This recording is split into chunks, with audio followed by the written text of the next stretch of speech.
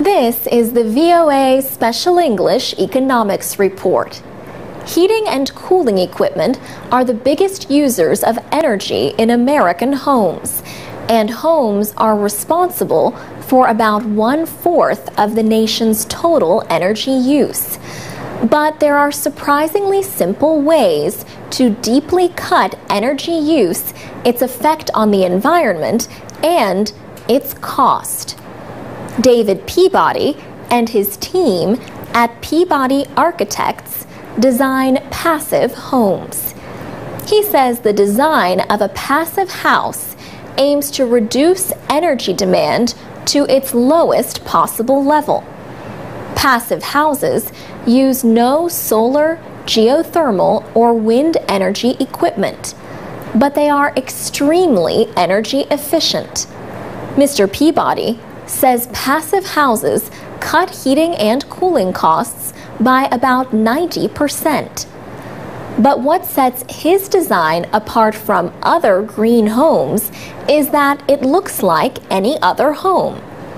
That is the beauty of the passive house approach, is that you don't have to build in a particular way with any particular materials or to any particular style.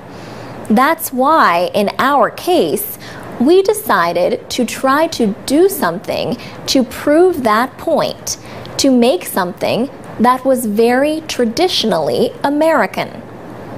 Peabody Architects says it is building the first passive home in the Washington, D.C. area. In Arlington, Virginia, Roger Lynn and his brother Eric are also building one. Roger Lynn of Southern Exposure Homes explains that windows are sealed against leaks and have 3 layers of glass. The windows are airtight. On a cold winter day, the temperature inside the unfinished home is a comfortable 12 degrees Celsius. David Peabody says you can find passive homes all over the world. North Africa, for example, has a passive house community designing for very hot, dry climates, and that's a whole other area of exploration for passive house.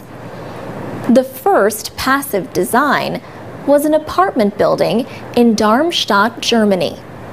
2 physicists helped develop it about 20 years ago. Passive houses use some specialized materials. These include precast concrete panels and insulation.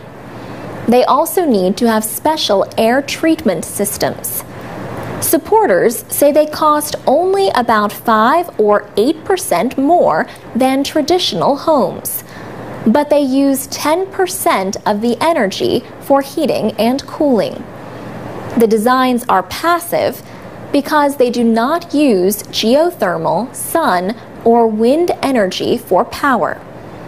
But Passive House Institute US says even greater savings can be reached with additions like solar water heating systems. They might call that an active passive house. For VOA Special English, I'm Alex Villarreal. This is the VOA Special English Economics Report. Pressure for financial reform has been building in Europe.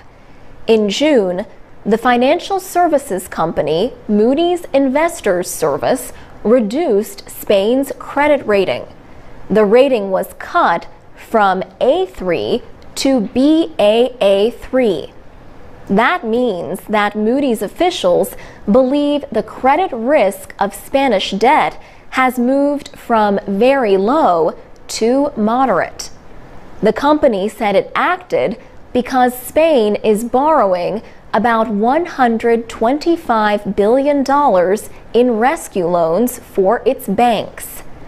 Debt markets punished Spain by pushing up the interest rate on its long-term debt to about 6.8%. That increases Spain's borrowing costs and hurts its already troubled economy.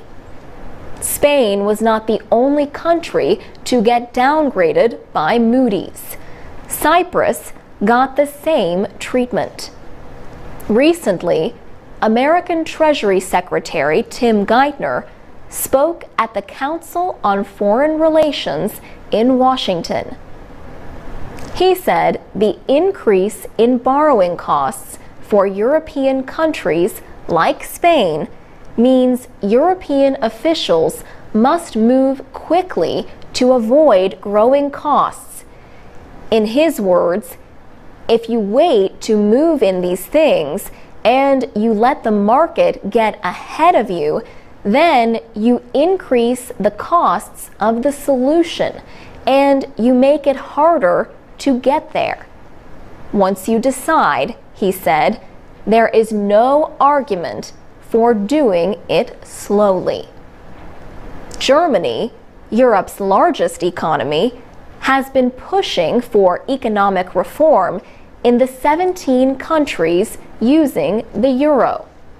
But German Chancellor Angela Merkel has argued that her country is unwilling to put money at risk unless banking reform is enacted throughout the Eurozone. She warned that Germany's economic power was not unlimited. In early June, the European Commission proposed steps toward a common banking policy.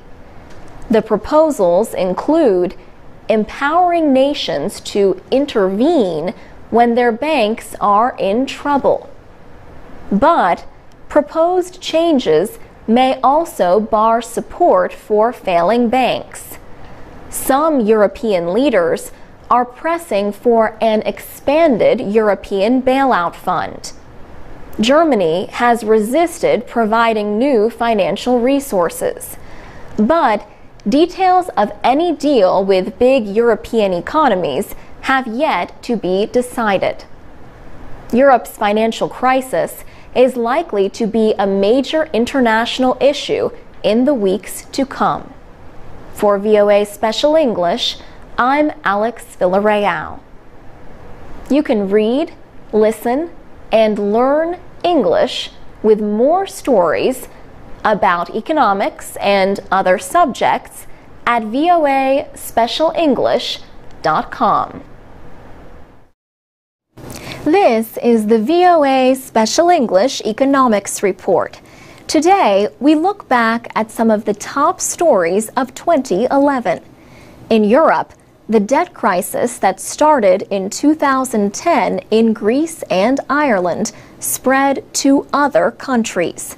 Portugal needed a financial rescue, and Italy needed a new prime minister. Silvio Berlusconi lost his job over Italy's debt problems. Former European Union official Mario Monti replaced him in November. Pressures on Europe's financial system called into question the future of the euro. European finance officials called for greater cooperation and new rules. World Bank President Robert Zoellick said Europe would have to find its own answers to its debt problems. Europe has to rescue Europe, okay? And it's very important. If there's any message when I'm asked, well, what can the US do? And what can China do?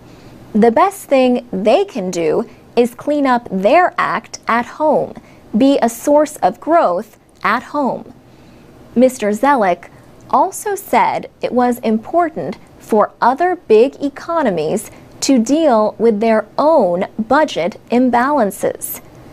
The downgrade of America from AAA didn't affect the finances today, but it may be one of those events people look back on 10 years from now and say, did they get the warning?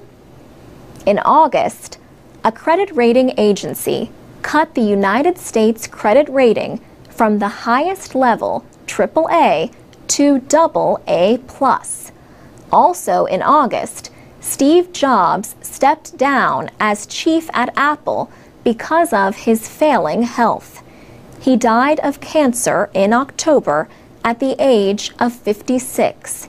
He brought the world the iPod, iPhone, and iPad, and helped make Apple into one of the world's most valuable companies. 2011 will be remembered as a year of protests. Revolutions for political freedom swept North Africa and the Middle East in the Arab Spring. But protests over budget cuts and jobs were heard around the world. In the United States, activists in hundreds of cities protested economic inequality and joblessness. Protesters were angry that banks got rescued with taxpayers' money during the financial crisis nearly 4 years ago. But many Americans continue to face hardship. Anger over government budget cuts led to protests in Greece, Britain, and elsewhere. And in southeastern China, villagers in Wuhan rebelled against local officials they accused of illegally taking land. For VOA Special English, I'm Alex Villarreal. If your New Year's resolution is to learn English, we can help. Find out more at voaspecialenglish.com and on Facebook, Twitter, and iTunes at VOA Learning English. This is the VOA Special English Economics Report. Are you a saver or a spender? A penny saved is a penny earned. This old saying calls attention to the wisdom of saving money. Putting money away for a rainy day is another way to talk about saving for the future. People who hate to spend money are known as tightwads, while those who like to get the most value for their money are called thrifty. A thrifty person is different from a spendthrift. A spendthrift is someone who spends wastefully. People like that are often said to spend money like a drunken sailor, or like there's no tomorrow. In the United States, people who want to start a savings account have different choices of where to put their money. These include banks and credit unions.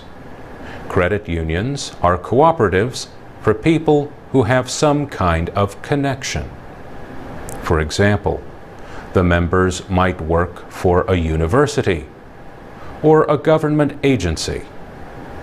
Most credit unions are non-profit organizations.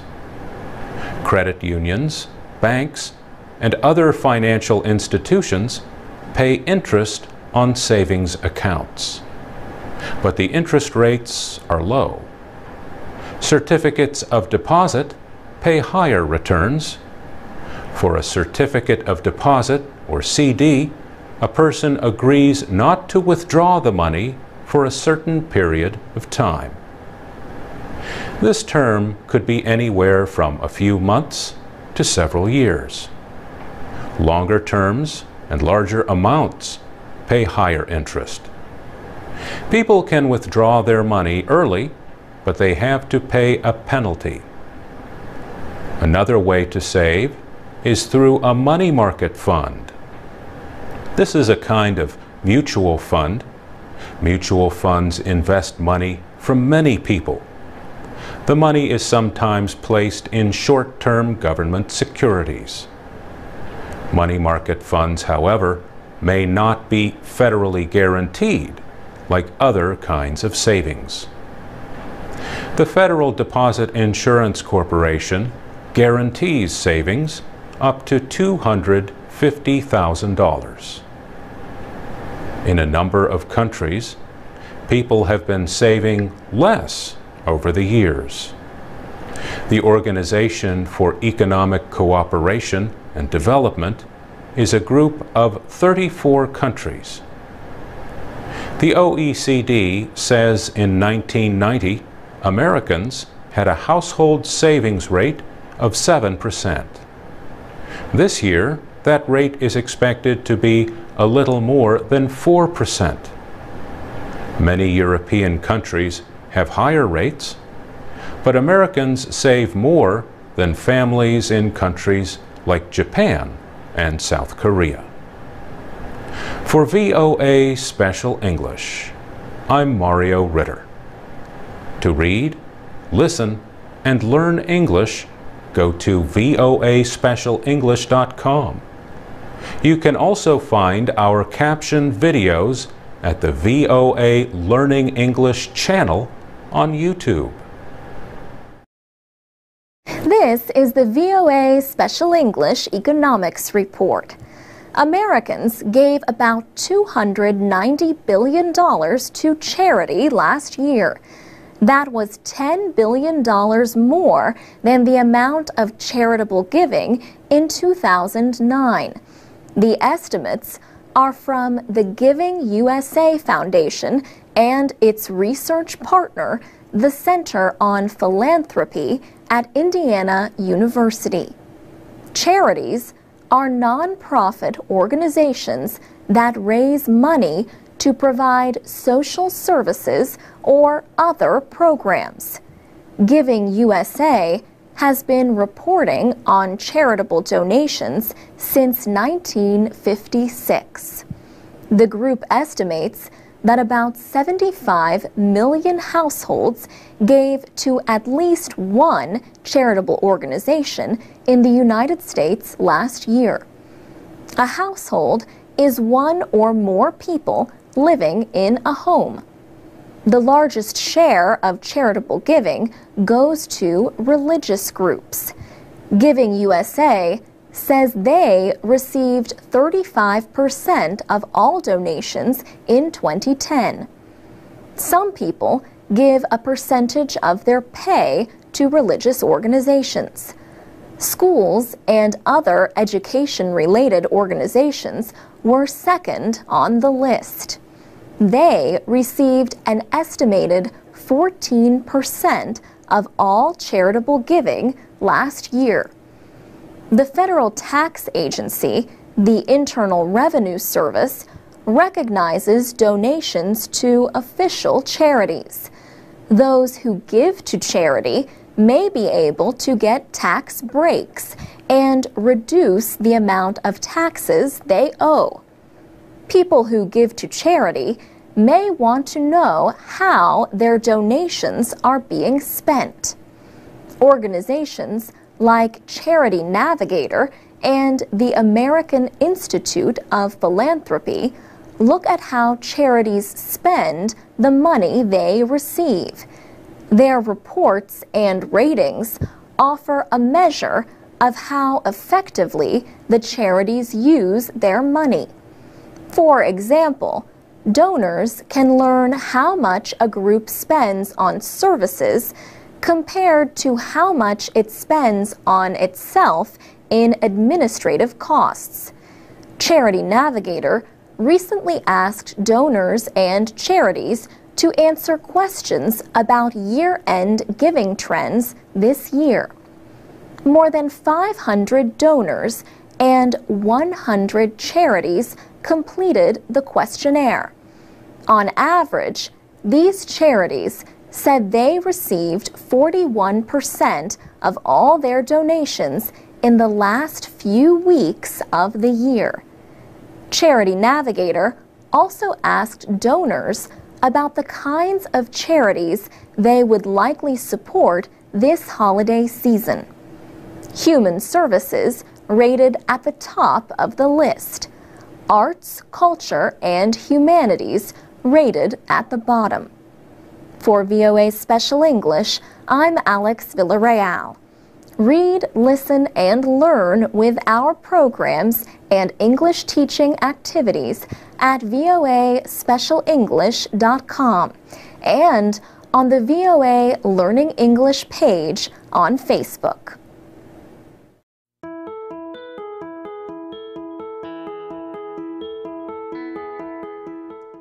From VOA Learning English, this is the Economics Report. North and South Korea reopened their joint factory zone recently. Lines of trucks and cars crossed South Korea's northern border on the way to Kaesong, North Korea. About 800 South Korean workers and their supervisors entered the jointly operated Kaesong Industrial Complex. They brought materials and parts to restart production for the first time in months. South Korean managers expressed happiness at returning to work. Ji Yoon-tae is deputy chief of a South Korean company in Kaesong. He said it was very hard while the factories were closed. From now on, he says, he hopes everything works out well and the factory zone comes back to life. In April, North Korea removed about 53,000 workers from the joint manufacturing effort. Their withdrawal resulted from military tensions with South Korea and the United States. South Korean companies say they lost about $1 billion from the suspension of work at the factories. The industrial area produces cloth, watches, and parts for electronic products. After months of negotiations, the two Koreas reached a deal to reopen the area.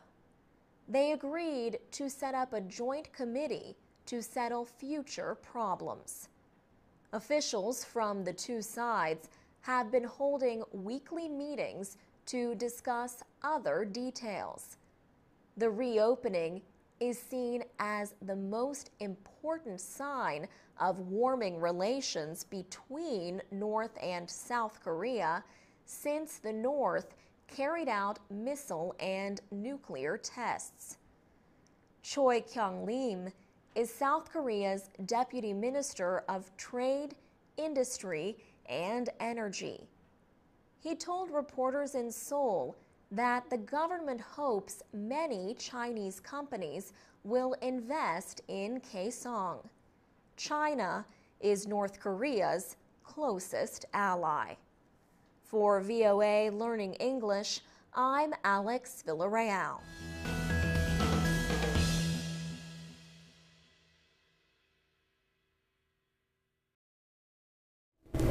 This is the VOA Special English Economics Report. Today, retirement can mean different things. For many Americans, it means the end of the money-earning part of their life and the beginning of a period of enjoyment. But retirement calls for planning and savings. In many countries, employers may offer some kind of retirement savings plan. The plan could be linked to the company's stock or to a managed investment service. Almost any financial planner will say workers should use these plans to save money easily, often directly from their wages. But an employer plan should not be your only way to save for retirement. Pete DeRuda heads his own financial planning company and gives retirement advice on radio shows and television. He tells people to save whenever possible. But he says as retirement nears, you must take fewer financial risks. There's 3 stages of life there when we look at it. There's the part where you're earning money. And when you're earning money, if you have a salary, it makes it easier to take risk because you know that if you lose the money, you can go back and earn some more. By risks, Pete D'Arruda means investing in stocks and other financial instruments that can lose value quickly. He says people should move money away from riskier investments as they age, even if there is a possibility of a higher rate of return. Instead, investors nearing retirement should seek more secure investments for their savings. But then we get to the transition phase, when we're within 5 years or so of retirement.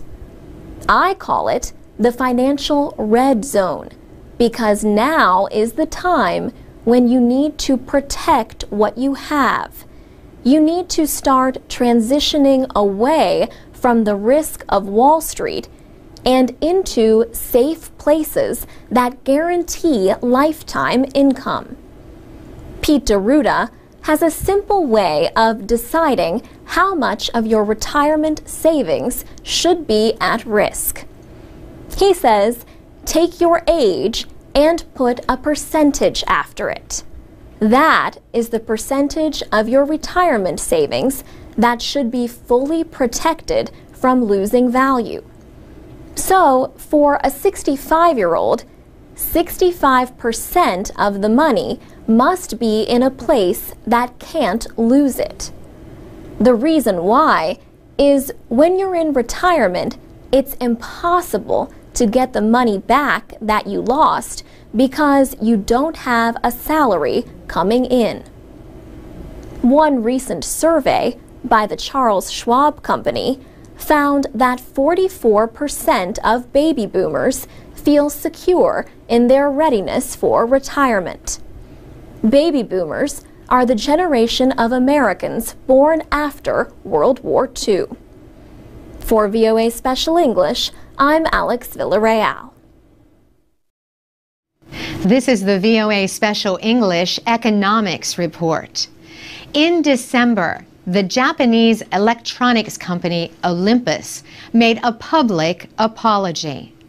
It said company officials hid over $1 billion in losses going back to the 1990s. Olympus said it was investigating and considering legal action against some of its current and former officials. The company's stock lost half of its value between October and December. The problems at Olympus seem to come from thinking more about declaring profits in the short term instead of building real value. This was one of the issues considered by management expert Peter Drucker over his long career. Peter Drucker died in 2005, but many of his ideas remain very meaningful today. Drucker liked to share his knowledge not by answering questions, but by asking them. He once said, business people must not ask, what do we want to sell, but what do people want to buy? He taught at the Claremont Graduate School of Management in California for over 30 years. He advised companies on business methods, and he wrote 39 books on business and economic ideas. Peter Drucker was born in Austria in 1909. In the late 1920s, he worked as a reporter in Frankfurt, Germany. He also studied international law. He fled Germany as Adolf Hitler came to power in 1933. Drucker spent 4 years in Britain as an advisor to investment banks. He then came to the United States. In the 1940s, Drucker argued that the desire for profit was central to business efforts. He also warned that rising wages were harming American business. He was later invited to study General Motors. He wrote about his experiences in the book The Concept of the Corporation. In it, he said that workers at all levels should take part in decision-making, not just top managers. Later in his career, he warned that businesses that seek only profit growth help their competitors. Peter Drucker received the Presidential Medal of Freedom from President George W. Bush in 2002. He lived a long life. He died at the age of 95. Drucker was a voice for change and new ways of thinking about social and business relations. He used terms like knowledge workers and management goals. Many of his ideas have become highly valued in business training and politics. For VOA Special English, I'm Carolyn Presutti.